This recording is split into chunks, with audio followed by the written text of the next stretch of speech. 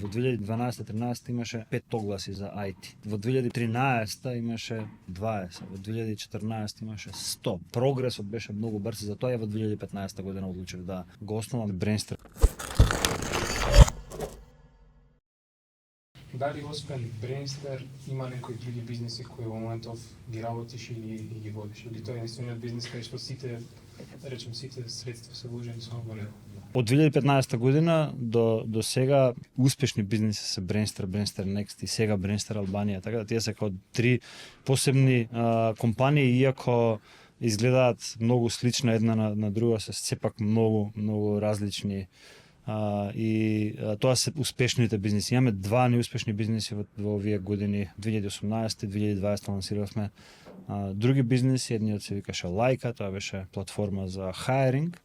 Не знам дали сте слушнали, претпоставувам не, затоа што не завршивме добра работа со нејза. Другата беше Колони. Колони беше аутсорс нудевме аутсорс на, меѓутоа не работевме на проекти, туку нудевме таленти на компании.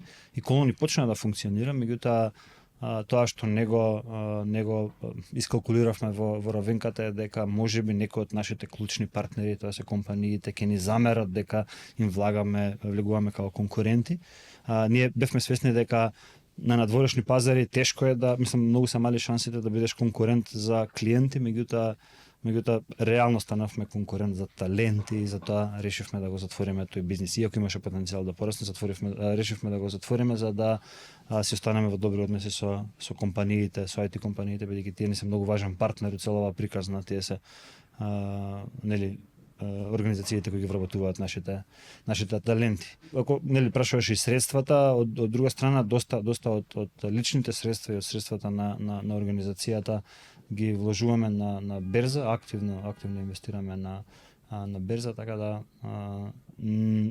имам исто така две инвестиции во стартапи. Едниот стартап веќе не функционира, едниот има шанси да профункционира.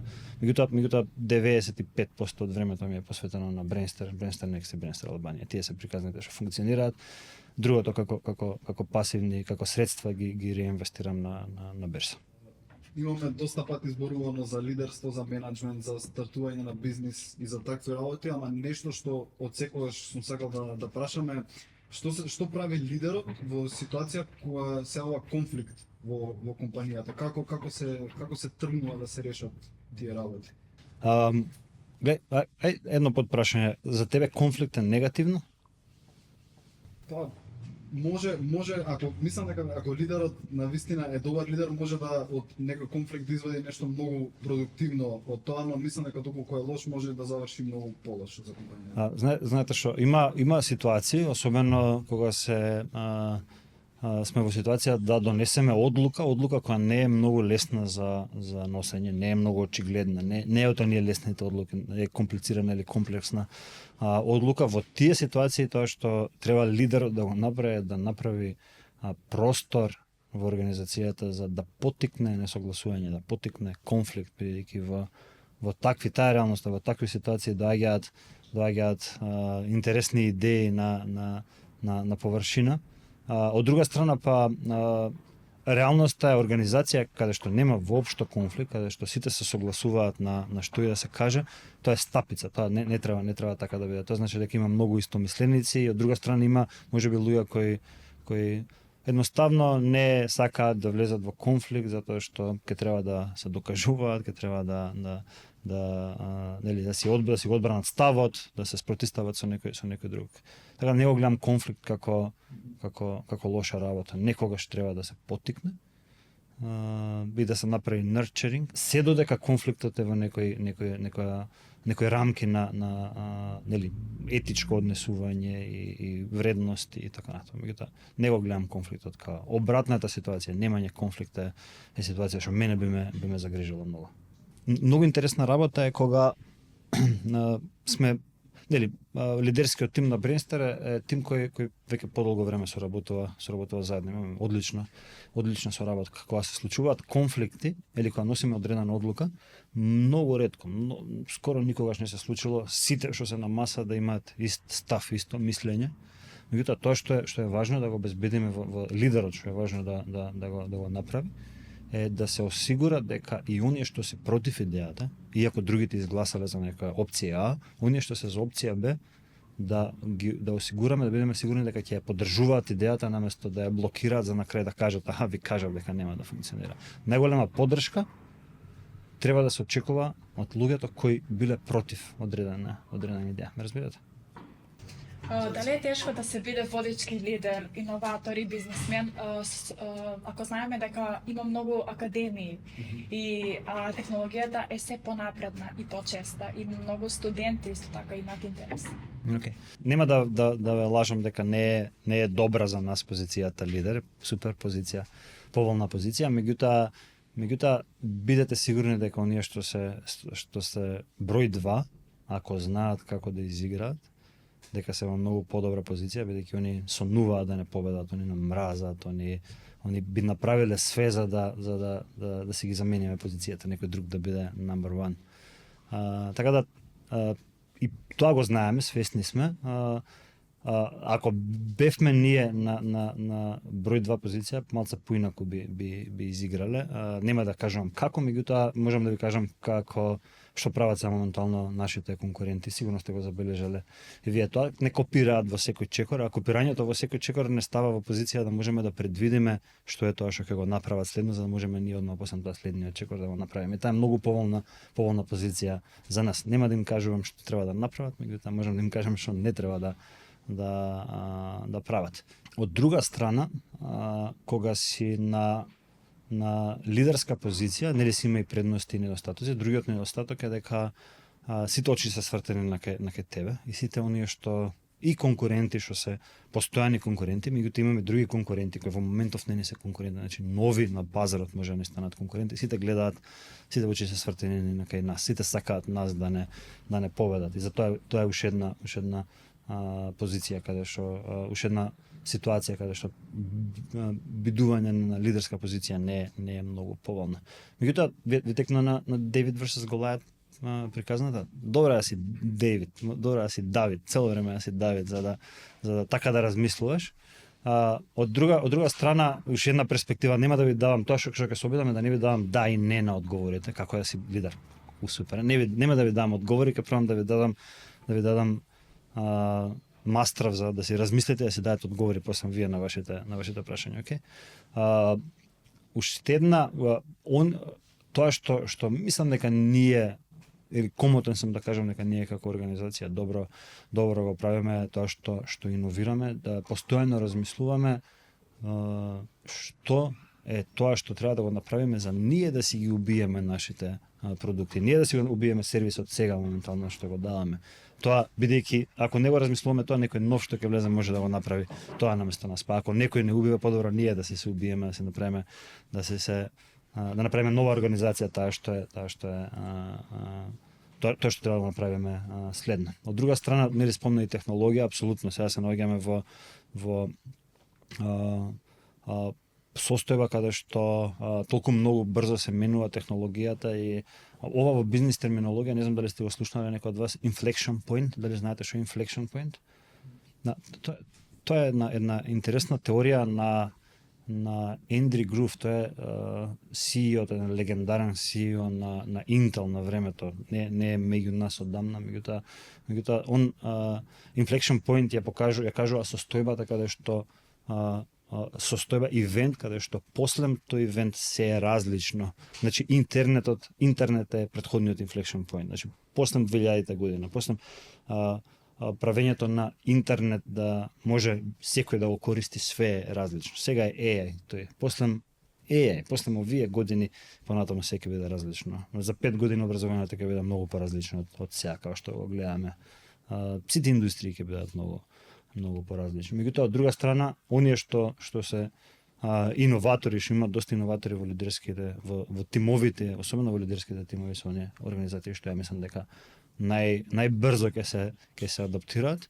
Од друга страна, вие како джуниор специјалисти во одредени области, маркетинг, софтверско инженерство, сме многу добра позиција затоа што сме во во период каде што нема многу со овие нови технологии нема многу голема разлика помеѓу вас и оние што имаат 10 години искуство или 20 години искуство. Особено вие за неколку години, за 4-5 години ќе имате мок, вештини како некои луѓе од 15-20 години искуство. Така да.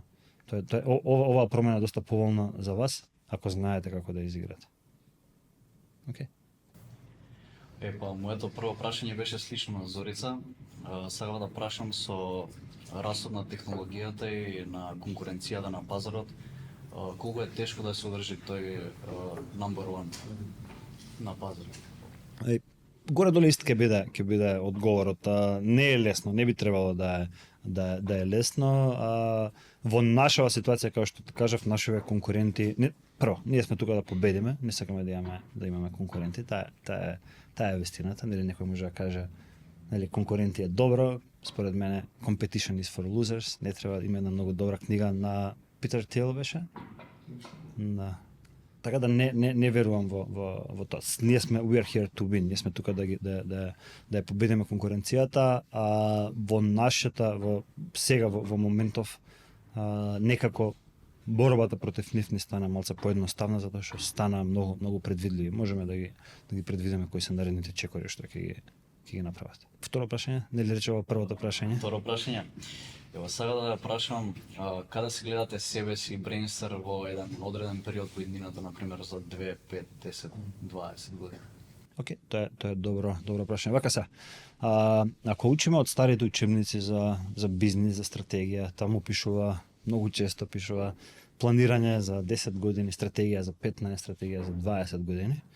Реалноста е дека стратегија може да се направи за 5 години максимум и некогаш и многу пократко, бидејќи многу брзо се менуваат работите. Можам да ви кажам каков е начинот ние како е начинот на кој ние формираме стратегијата и планирањето. И од тука ќе ви кажам колку отприлика однапред гледам, колку години однапред гледаме. Не многу.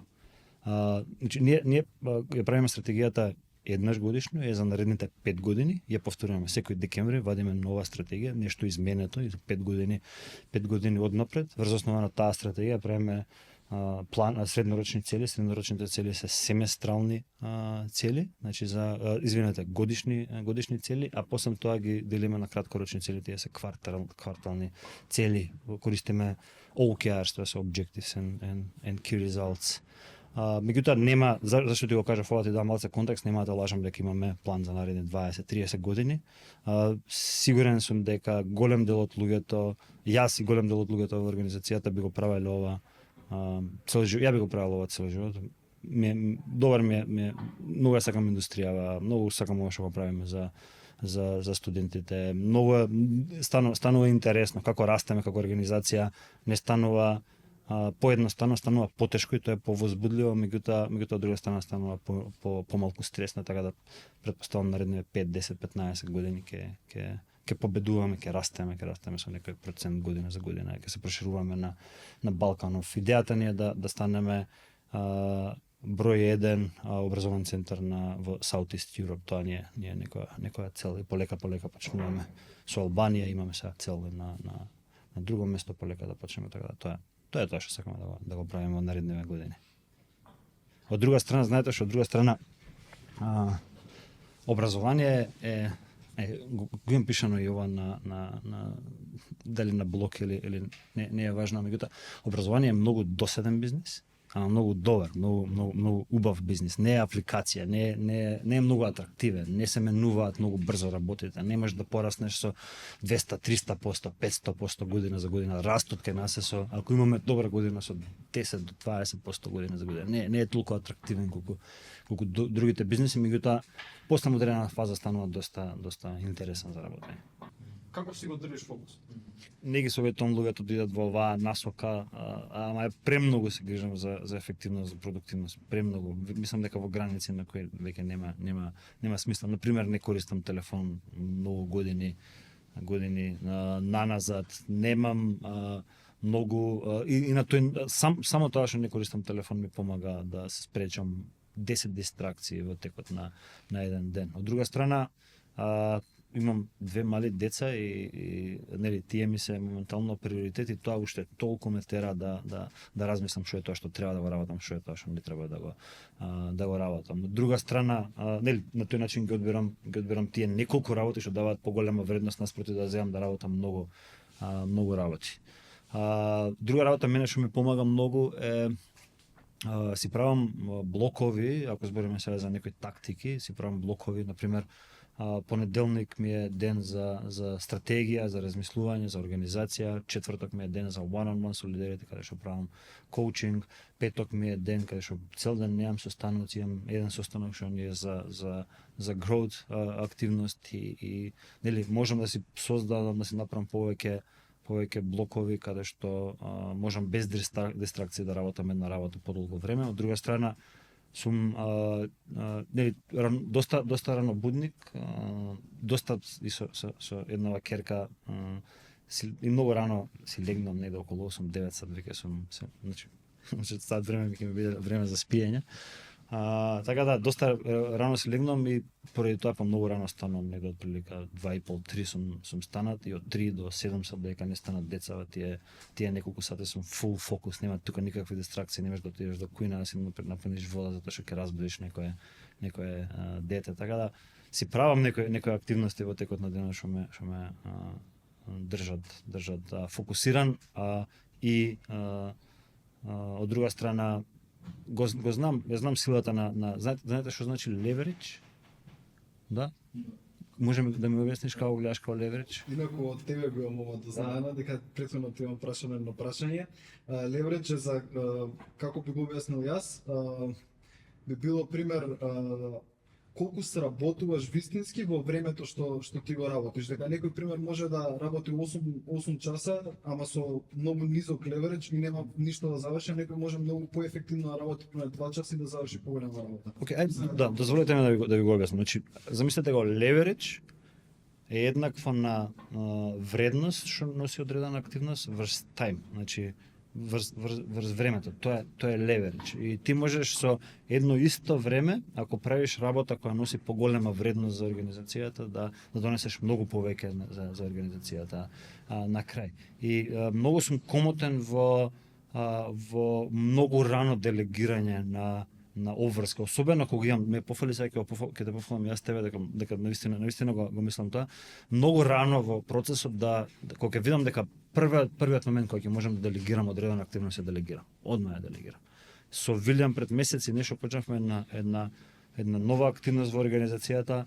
Мислев дека ќе бидам 3 месеци ќе го работам тој проект, за 2 недели се откачев од тој проект, за 2 недели му го дадов на Вилјам, дел на колешката Маја и многу брзо тргам работи за да можам да се фокусирам на следното нешто што ќе донесе уште поголема вредност за организацијата. Ме разбирате? Така да претпоставувам се комбинација на добар тайм менеджмент, спречување на дистракции, фокус на леверидж активности. Нема за жал нема ќе ни се сигурно ќе има коментари на подкастов за дека користиме доста англицизми, ама за леверидж сум пробал да најдам, зашто многу важен сум пробал да најдам превод. Мислам дека нема превод, значи активности кои носат голема вредност за организацијата и комотен сум да кажам не на работи, така да генерално тие се неколку работи.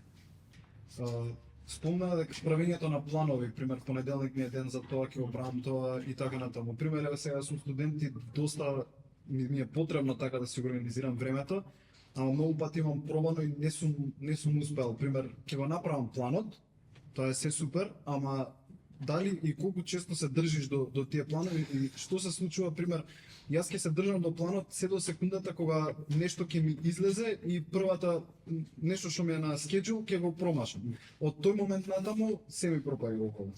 Давид, еве те ќе ти го покажам, значи ако идеме недела за недела календарот, ќе видиш овие 3 дена заедно со овој четврти ден one-on-one, значи четврток one-on-one, петок, значи среда сум прилично флексибилен. Во среда може било кој да ми закаже состанок од организацијата, ако ми даде објаснување добро зашто е тој состанок и така на другите денови ми се прилично претходно сетирани и пробувам да нормално не секогаш, меѓутоа пробувам многу цврсто да се стојам на тие time slots и затоа што пак си имам обврски послам работа, не можам веќе да работам колку што вие можете да работите, претпоставувам немате толку обврски дома, така да прилично тоа е времето. Од сабајле од 3 сат до 6-7, од 9 сат кога ќе стигнам на работа до 5. Тоа е времето кога што можам јас да работам во моментов. Ако не се држам до планот, ништо нема да се работи. Тоа сакам да прашам како изгледа твој ден? Аген, 3 сат отприлика станувам, работам до 6-7, у 7 ги спремаме децата за градинки или баби дедовци. Ања многу ми помага во тие активности, она е доста повеќе, барем од сабајле со децата, имам малце време порано да дојдам на работа, у 5 сат ми завршува отприлика работниот ден, 5-6 ми завршува работниот ден, после тоа со деца, така да тоа е отприлика. Не ми се случуваат некои многу вау, шајни работи во текот на денот, ама тоа не работам за викенди, пробувам да не работам за викенди.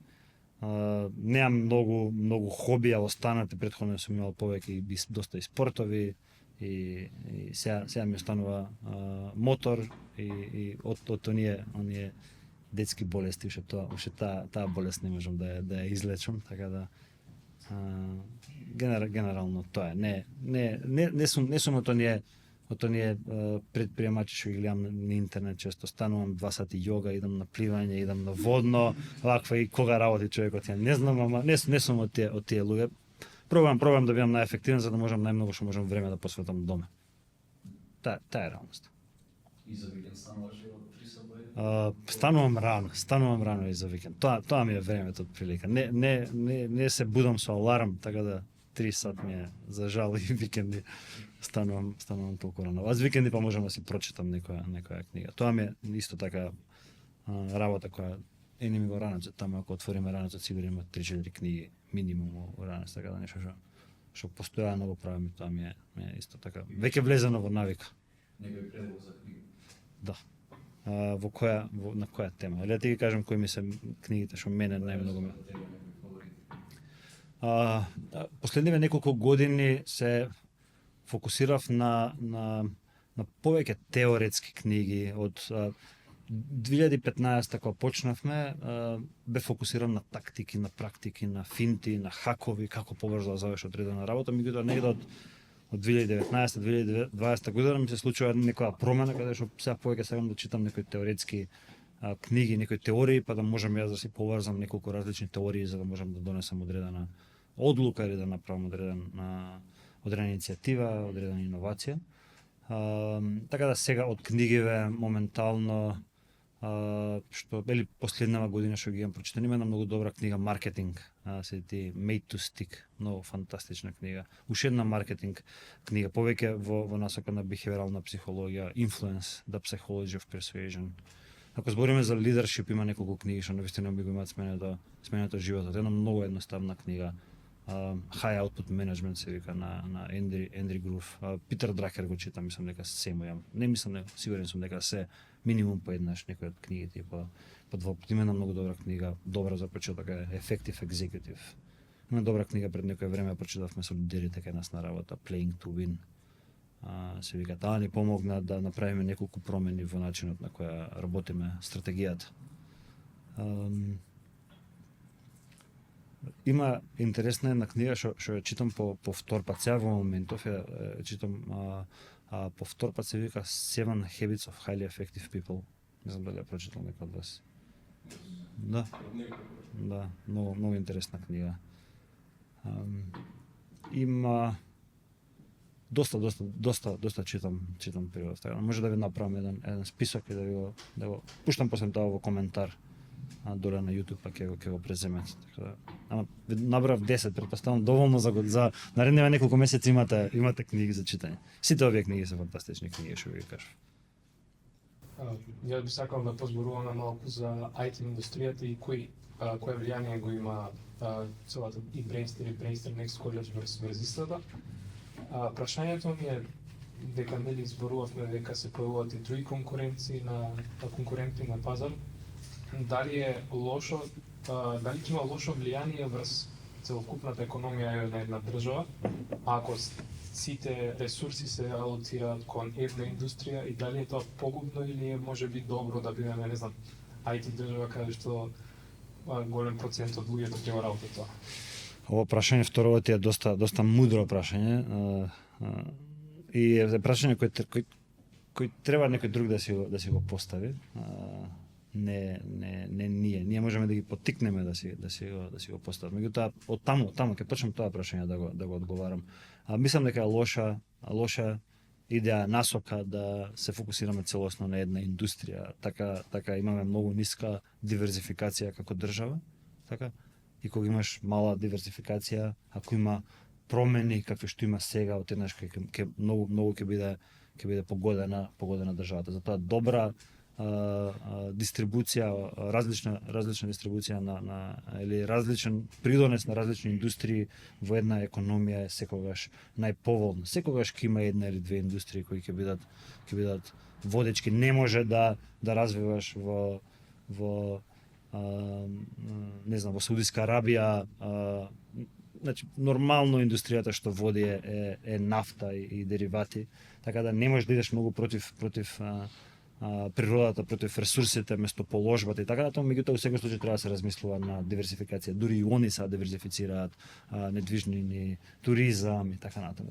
Така да мислам дека тоа што треба да го направиме е државата да направи малку подолгорочна стратегија, не зборам за наредни 2-3 години, барем за 5-10 години, да заедно со индустријата, заедно со да видиме во тоа што во кое можеме да бидеме добри, да почнеме да градиме капацитети на долгорок. Ако сакаме да бидеме нација каде што ќе се развиваат многу бизниси, ќе има предприемачи и така натаму, тоа треба да почне сега да се работи да дае резултат за 10 години буквално. Треба да се имплементира во курикулумите во основно образование, во средно образование, треба да се поттикнат факултети како НЕКС, да се отворат уште неколку факултети како НЕКС, каде што има во самата програма има иновации и предприемништво. Така да тоа одговор на второто прашање дека е тоест не е ни одговор, само начнавме нешто. Одговорот е многу потежок, е многу посложен од тоа. Значи одговорот е стратегија, одговорот е долгорочна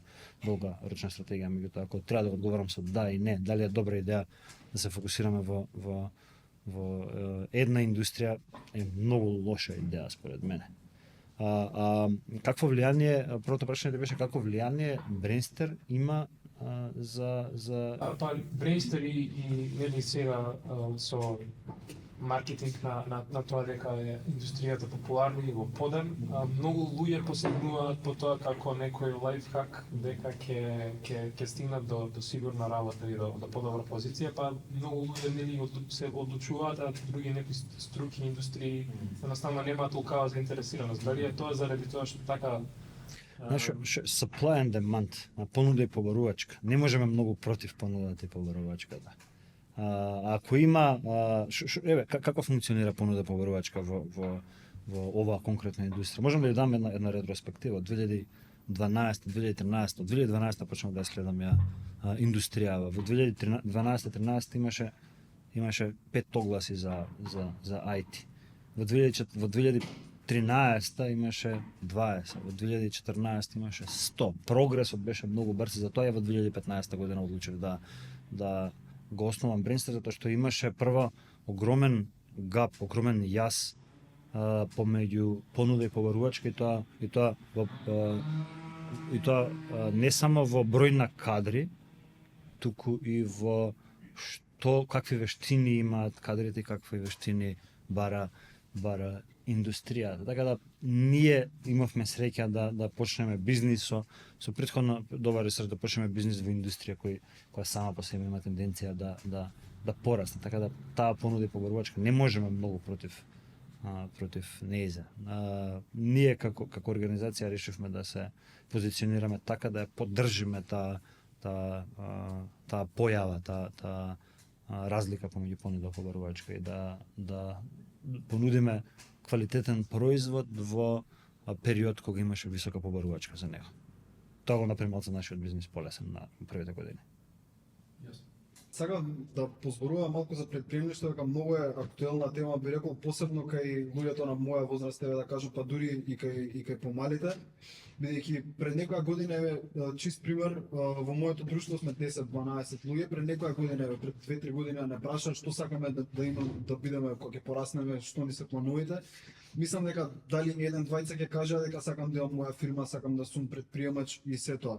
А сега да го прашам тоа прашање, мислам дека повеќе од 50% од друштвото ќе кажат. Е сега предприемништвото е толку јак тренд, би рекол, во моментов. Дали тоа има потенцијал да влијае лошо на самото општество да имаме толку предприемачи и дали може би ја менува она слика на општеството за традиционална кариера, сейф работа, нели, во друга компанија, или пак пример, ние тргнуваме од мене, и мене планот ми беше да бидам програмер, ама сега кога добив шанса да зборуваме со тебе, со неколку други предприемачи, мислам дека мајндсетот толку ми се шифтнува и ми оди кон отварање на своја фирма, да станам предприемач. Мислам дека нема таква опасност. До сега не се случило да има некоја нација што има премногу бизниси, што има премногу стартапи. Така да мислам дека не постои не може тоа да биде. Може да има премалку предприемачи во едно општество како што сме кај нас. Премалку предприемачи има во моментов кај нас. Да речеме, ако тргнеме во Словенија, не знам дали знаете, не сум сигурен за овој податок дали е толку точно, ама 30% од луѓето во Словенија или 25%, нека огромна, како 1/4 од луѓето во, или може некој да провери, се предприемачи. Збориме за оние соло предприемачи или помали лајфстайл предприемачи што имаат неколку организации со неколку луѓе. Меѓутоа мислам дека тоа што треба да го правиме, особено ние како образовна институција, луѓето како нас, другите успешни предприемачи, мора да поттикнеме нова група на луѓе, односно да ги поттикнеме младите, и мислам дека треба многу порано да ги поттикнеме. Мислам дека факултет дури е доцна да ги поттикнуваме да размислуваат на предприемачи. Мислам дека треба да се вратиме многу поназад, треба да се вратиме во основно, треба да се вратиме во средно, треба ние како родители да си ја земеме таа улога, да ги воспитаме нашите деца да размислуваат на предприемништво, на бизнис. Така да мислам дека кај нас Давид би сакал да доеме до тој проблем и ќе го решаваме после тоа. Сега не сум сигурен дека сме дека бе блиско да се појави таков проблем. Океј, едно од прашањата е, сакам да започнам бизнис, а не знам од каде да започнам. Што да направам прво? Ова е многу често ми го поставуваат ова прашање.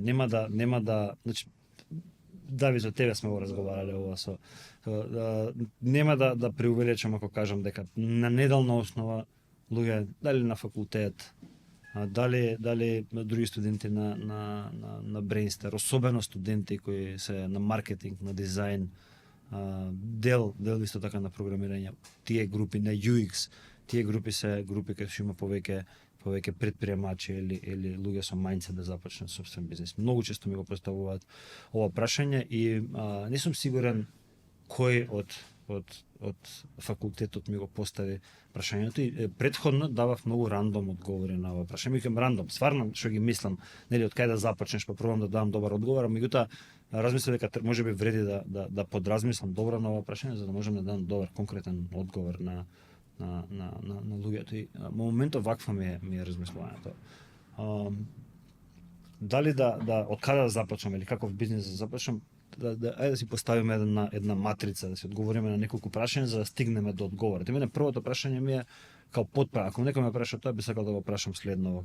Кажи ми, каков бизнес сакаш да направиш? Сакаш да имаш мал бизнес, лајфстайл бизнес? Или сакаш да имаш голем бизнес како Brainster, да речеме. Лајфстайл бизнес е сам или уште неколку луѓе или група на луѓе имате дигитална агенција. Со таков тип на бизнес, со мал бизнес, најверојатно ќе имаш малку поголема флексибилност, повеќе слободно време, ќе работиш интересна работа, ќе имаш пари и ќе можеш тие пари да ги искористиш, нели, за да уживаш во животот. Кој ќе имаш голем бизнес, од друга страна, доста си позафатен, правиш повеќе пари како организација, секако меѓутоа размислуваш на многу долг рок, размислуваш на каков импакт ќе направи вашата организација понатаму. Така да одлучиме што сакаме да си правиме во животот. Така да тоа е многу важно, се дадеме одговор на ова прашање.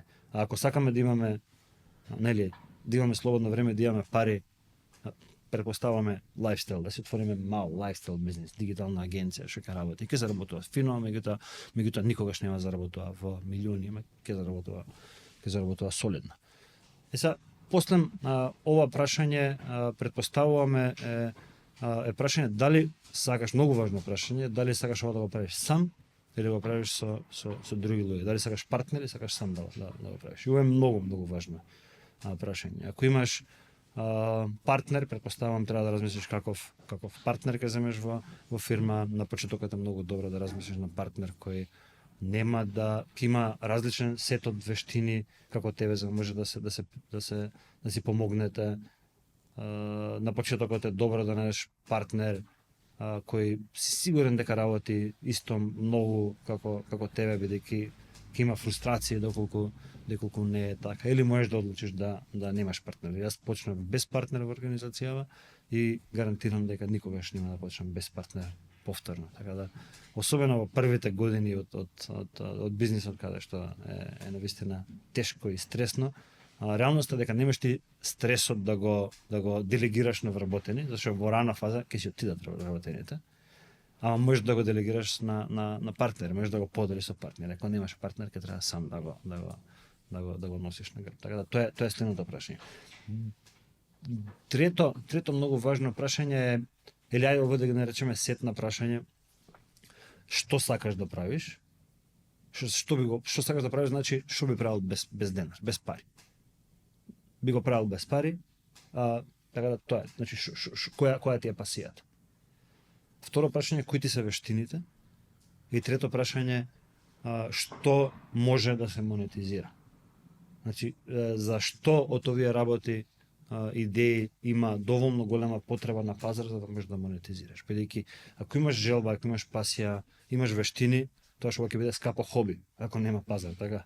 Ако има пазар, ако има бизнис, ако има луѓе кои сакаат да го купат твојот производ, ги имаш вештините, а немаш пасија за тоа, претпоставувам ќе се откажеш прерано, затоа што првите години се доста тешки. Ако имаш желба, имаш пасија, си го погодил пазарот, а ги немаш вештините, и тоа нема да роди со плод. Така да претпоставам овие се неколку прашања што треба да се ги поставиш пред да одлучиш да започнеш бизнис и мој совет е не размислувајте многу долго време за ова, бидејќи премногу размислување и одложување на оваа одлука е неповолно се. Така да ова се отприлика фреймворкот, ова сега како одговор го давам на луѓето и го имам како мејл и копи-пейст, ако ми го постави некој на LinkedIn на social media, му праќам текст копи-пейст.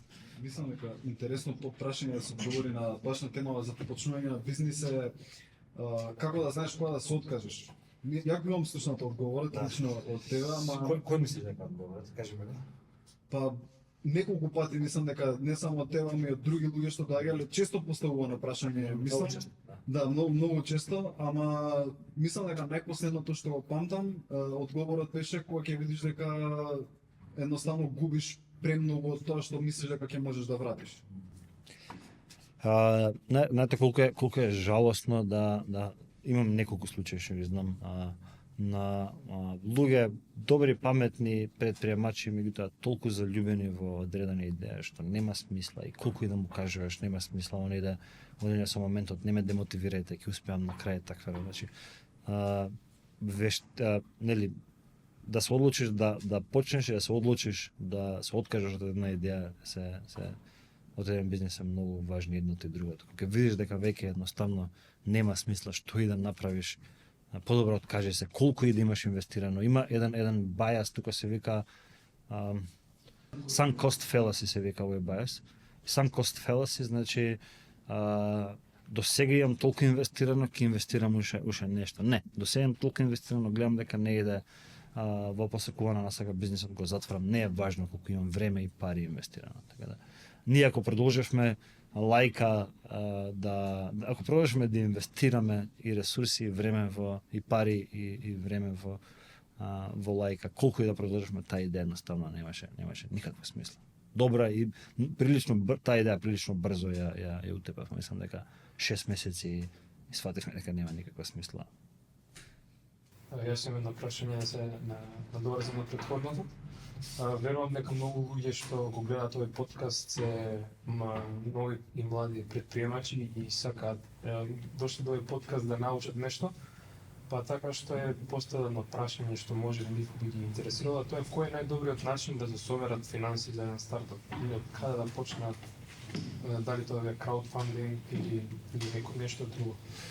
Секако зависи од типот на бизнисот. Нешто што можеби е контраинтуитивно е дека во моментов има пари кои и луѓе, бизнис ангели, јас сум во една група на бизнис ангели кои години чекаме добра можност за да можеме да инвестираме. Така да бизнис ангели е еден начин. Имаме неколку venture фондови, едниот е South Central Ventures, другиот е Eleven од Бугарија, неколку активни што инвестираат на нашиот пазар. Го имаме Фитера во моментот, што мислам дека за баш стартап капитал, стартап финансирање е доста погодно во моментот. Така да има навистина има и оние традиционални како заеми, како банки, меѓутоа и оние не толку традиционални како инвестиции од инвеститори, од бизнис ангели. Има моментално. Ако имате идеја, побарете ме, ќе ве поврзам веднаш. Ако не е идеја во која ја би инвестирал, ќе ве поврзам со некои инвеститори, верувам дека лесно, за добра идеја лесно ќе најдете пари во моментот. Особено гледате каква интересна ситуација има сега. Значи, има луѓе што имаат пари, така, што имаат кеш. Има многу голема инфлација. Секој ден парите или секој месец парите имаат помала и помала вредност. Многу е подобро да ја пласираат или на берза или да ја пласираат во стартап, во малце поризични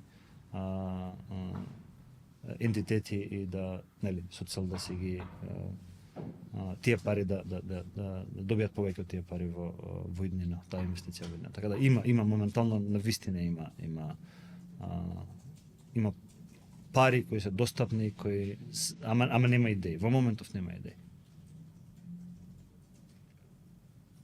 И не само идеи. Може би има идеја, нема предприемачи кои сакаат да влезат all in и нели, најчесто знаеш на какво кога доаѓаат луѓе да ни пичираат идеи, има една група на бизнис ангели се вика SEED, може луѓето да просрчаат или може и линк да ставиме. И работиме маркетинг. Супер, соработуваме со нив.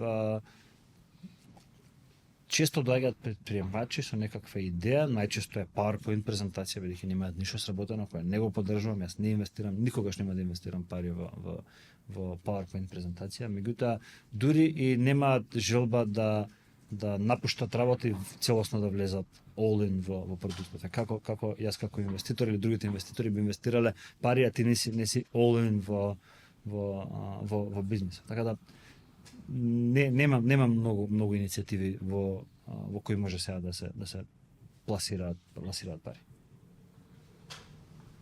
Ако збориме пак за supply and demand, моментално има повеќе пари од бизнис идеи, од бизниси. Кој е најтемниот момент, во заграда најлошиот момент кој се случил во бизнисот до сега? Ова е прашање од студентка од HR академијата. Нормално HR ги поставува овие прашања. Периодот кога се случи COVID, во март 2020 година, таман почнавме да растеме со некој стабилен раст година за година, месец за месец, и се случува COVID, ние зимаме, опремуваме нови канцелари и правиме свечено отварање и свечено затварање во иста недела. Во понеделник отворивме, во петок затворивме канцелариите. Така тоа беше период кој беше навистина непријатен, меѓутоа од тој период многу научивме како организација, многу пораснавме како организација, како менеджмент тим, како лидерски тим. Може да ви кажам неколку работи што тогаш се случија. Првата работа што е на некои од работите се сеќавам многу како вчера да се случиле. Првата работа што ја направив, ги собрав луѓето што работат во финансии кај мене и сметководство.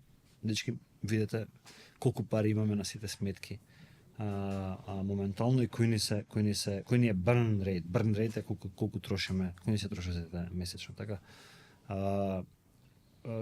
Океј, ги имаме парите, ги имаме трошоците, да видиме каде можеме да направиме negotiation за некои договори. Например, успеавме да испреговараме со луѓето кои ни ги рентаат тие простори, особено новата просторија, да ни намалат кири неколку месеци дури и да не плаќаме. И остана генерално трошоци за луѓе. Колку луѓе имаме? Израчунавме дека 19 месеци имаме пари, дури денар да не влезе во организацијата, имаме 19 месеци пари за сите да ги плаќаме. И тоа беше првата. Побарав на луѓе во организацијава да ми дадат неколку дена да размислам што ќе правиме.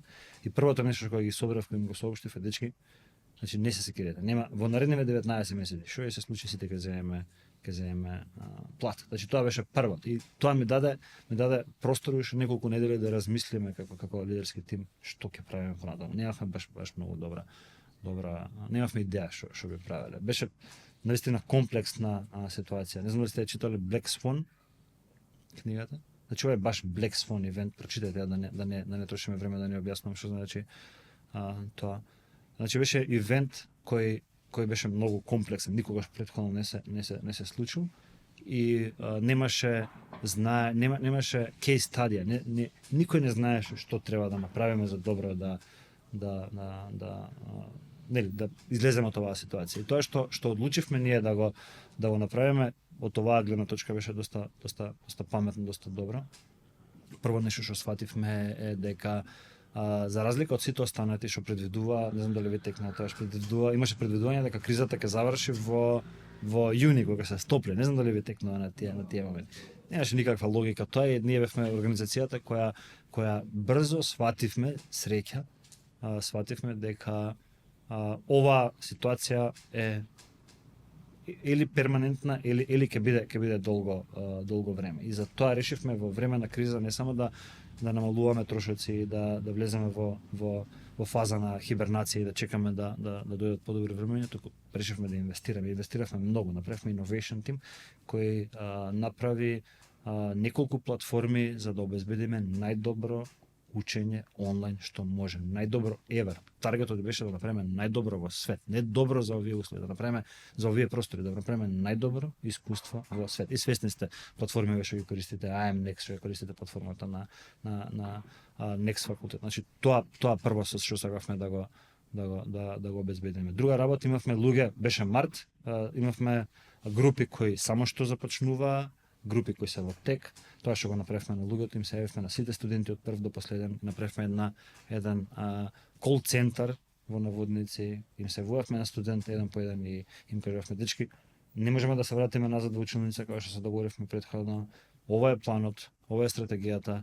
Ако некој од вас не сака да продолжи онлайн, правиме целосен рефанд.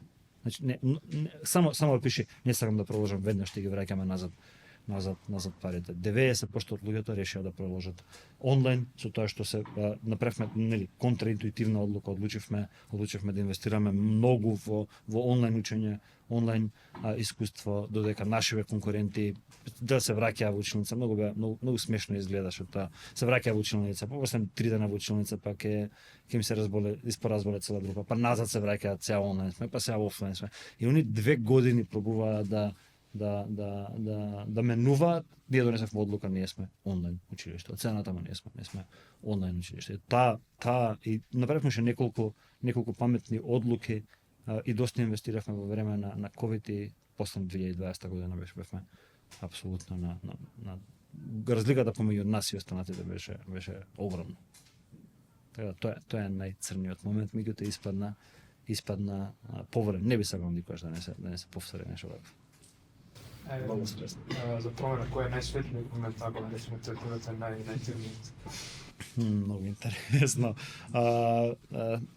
тоа што многу често ме караат мене од HR и другите лидери е дека сум човек кој не знае да каже доста е, дајмо се да одмориме, да си честитаме што имаме сработено. Таа ми е негативна особина и веднаш влегуваме на следниот предизвик и дури вака ми е тешко кој е најсветлиот момент што не се случило. Меѓутоа претпоставувам се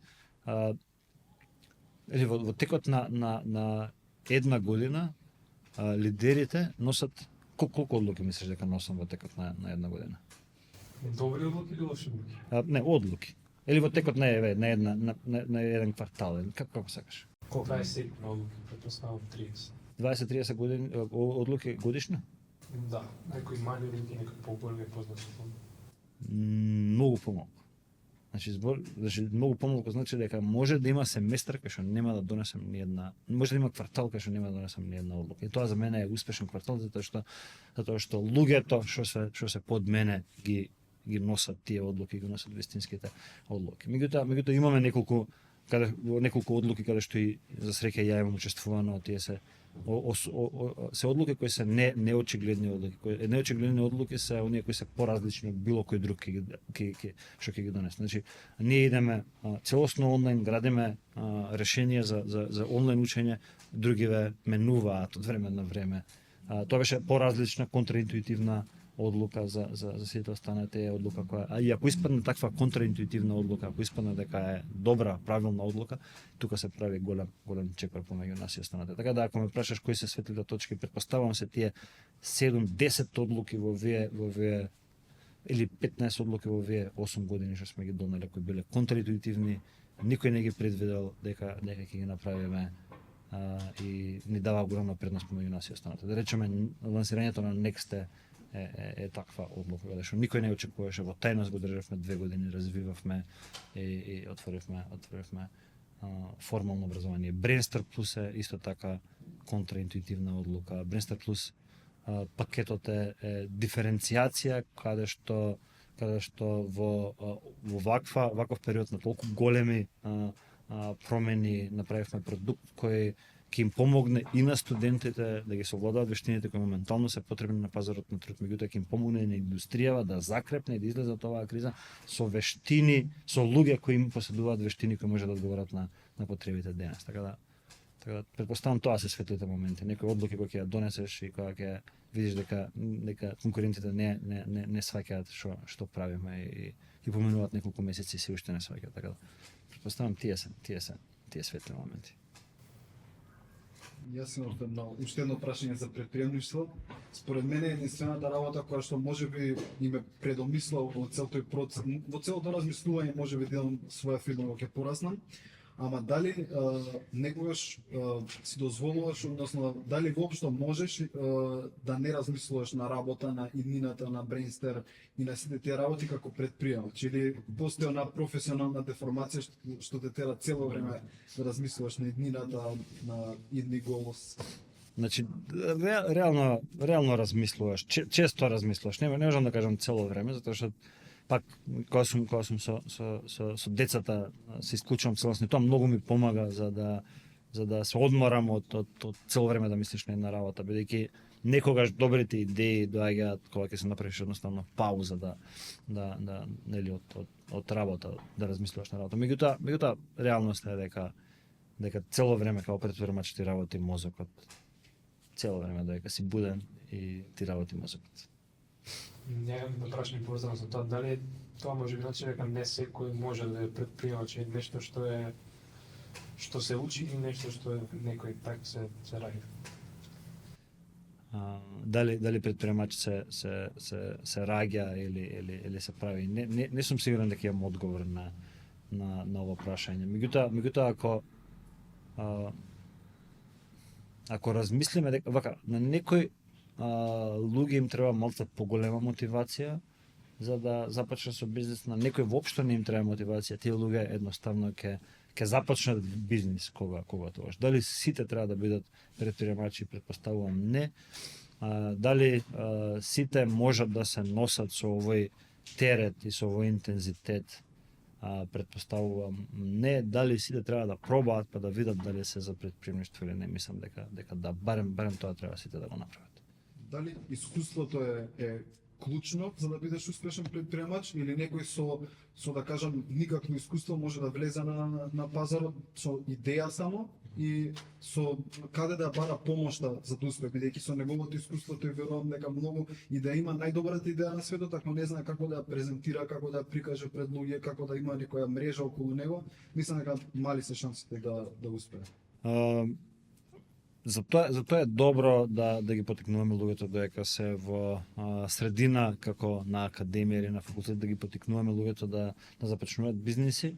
Некога ќе пораснеш, него да размислуваме сега започнеме дека бидејќи сега ќе го имаш супортот од професорите. Сега не можеме да ти кажам дека сум зафатен, ако ме прашаш ќе морам да ти дам одговори, да седнам со тебе да поразговарам. Кога излезеш од тука претпоставувам веќе не.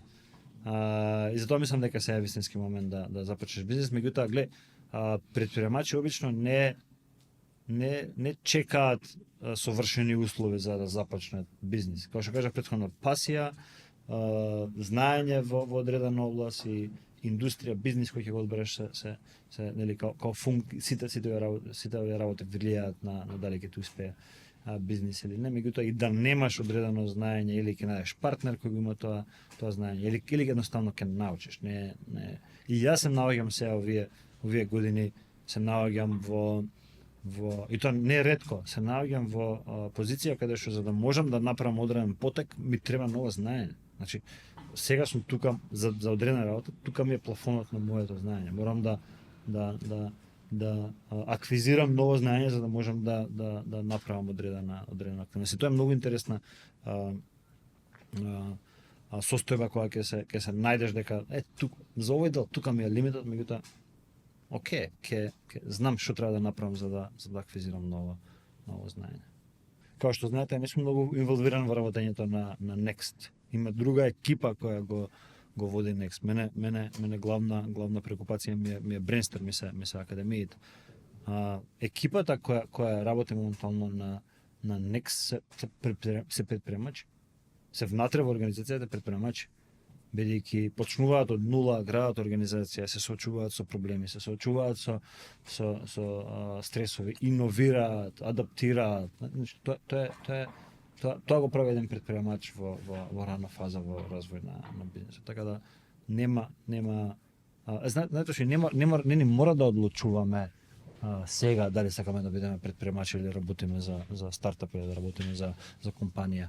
Може да почнеме да работиме во компанија, па може да се роди идеја за бизнис, па може има често случаи каде што како вработен во одредена компанија нудиш, покажуваш за одредена можност, па заедно со организацијата да го развивате тоа. Постои друга можност, постои да си повлечеш луѓе од организацијата во која работи за да почнете нов собствен бизнис во слична или во некоја друга целосна, во некоја друга индустрија. Така да може би оно прашање на тоа на мачи што сакаме да бидеме и што сакаме да правиме, наставно може да почнеме да правиме нешто, дали да влеземе или да почнеме некој бизнис, па после да одлучуваме што е тоа што сакаме до крај на животот да го правиме.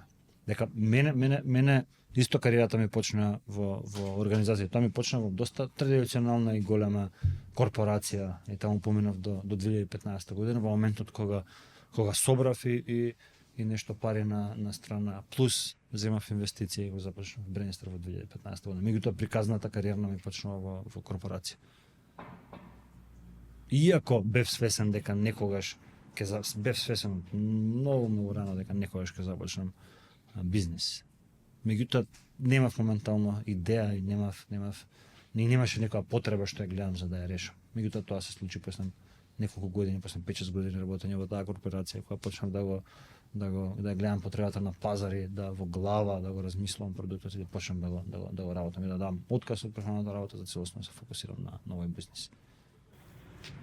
Дали доколку би имал време од секој нивните обврски, би имал некоја желба од секој што сакаш да започнеш некој нов бизнес, некоја нова идеја, или дали се запрашуваш во тоа да имам повеќе време би го правил ова и во ова, би инвестирал и натаму би ја насочил моето Не дека не сум размислувал на други бизниси, на други иницијативи, меѓутоа сега сум преокупиран на многу позитивен начин, сум преокупиран со Brainster и со Brainster Next и со Brainster Албанија. Се уште има каде да расте ова организација. Најголемите можности што ги гледам, се уште ги гледам во Brainster моментално. Ниедна друга работа за ниедна друга работа не можам да си оправдам да посветам повеќе време околу Brainster. Секоја минута посветена моментално во Brainster носи огромен бенефит и за мене, и за семејството, и за организацијата, и за луѓето во организацијата. Така тука треба да бидам периодов. Ако може на прашање околу... Инаку, да, може само да го доодговорам ова прашање, ако не, извини, сами текна што сакам да доам. Меѓутоа, имам диверзификација како предприемач. Не ми се, да речеме, сите пари моментално вложени во Brainster. Дел од парите што ги заработувам ми се вложени во берза, дел ми се вложени во недвижнини, така да има диверзификација. Меѓутоа, сакам да работам во Brainster. Моментално. Се надевам дека уште долго време ќе бидам на позиција CEO, се надевам дека нема во брзо време, ако се случи тоа, некој од мојот тим да видиме дека има подобри вештини од мене како CEO. Нормално дека треба да му отстапам позицијата, меѓутоа се надевам дека ќе можам барем наредниве 20 години да го правам ова. Дали ќе може да дадете уште под прашање само? Можеме. Дали до сега некој друг од страна дошол да ви каже да ви го повара бизнисот да го откупи? Дали некој инвеститор или нешто слично? Имало понуди, меѓутоа не доволно атрактивни за да воопшто ја земе таа понуда да ја размислуваме таа понуда. Едно максимум прашање. Уште едно прашање, да, и ова е последното прашање. Да немаш некој совет до сите нас и запишани и идни студенти, може би совет да ни кажеш што понатаму како, каде идни со која визија, која мисија? Ова е совет многу едноставно, ја го користам од многу одамна. Совет кој среќа на време сватив дека и често го кажувам, среќа на време сватив дека не сум надпросечен во скоро ни една работа. Значи сум просечен во повеќе работи. Сватив дека единствениот начин за да успеам јас во кариерата претходно, сега во бизнисот е да учам и да работам повеќе од сите останати околу мене. Со голема сигурност можам да кажам дека ако земеме во просек во претходните 5 години, во претходната година, како се дека не познам човек што повеќе работи, повеќе учи од мене. Така да претпоставам тоа е, да работиме и да учиме повеќе од останатите. Океј, може и со овие два совети да завршиме оваа сесија, дечки. Претпоставам научивме нешто, ја научив неколку работи од вас и се надевам дека се гледаме на следната ваква сесија. Океј. Фала ви многу.